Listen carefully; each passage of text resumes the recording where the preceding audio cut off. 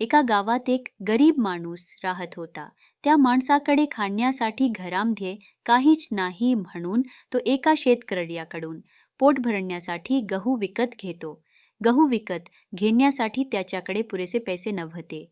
त्या बदल्यात त्याला त्याची कोंबडी देऊन टाकतो. जेव्हा शेतकऱ्यांच्या बायकोला हे समजते तेव्हा ती खूप दुःखी होते.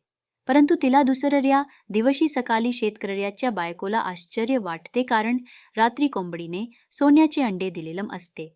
ती जादुई कोंबडी होती. ती रोज एक सोन्याचे अंडे देत असत.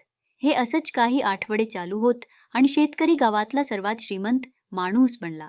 शेतकऱ्याची बायको म्हणजे एक अत्यंत लोभी स्त्री होती. एक दिवस शेतकरी घरात नसताना तिला एक दुष्ट कल्पना सुचली.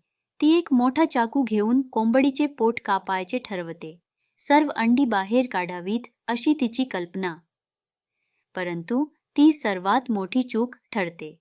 तिला एकही अंडे पोटात मिळत नाही.